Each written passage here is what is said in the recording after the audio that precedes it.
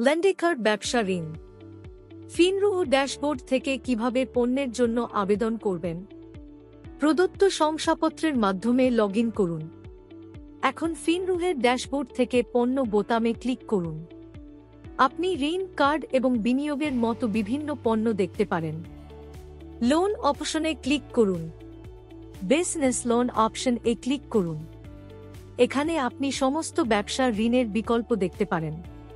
এখন লেন্ডিকার্ড বিজনেস লোনে যান, আবেদন বোতামে ক্লিক করুন। পুরো নাম, ইমেল আইডি, ফোন নম্বরের মতো গ্রাহকের বিবরণ লিখুন।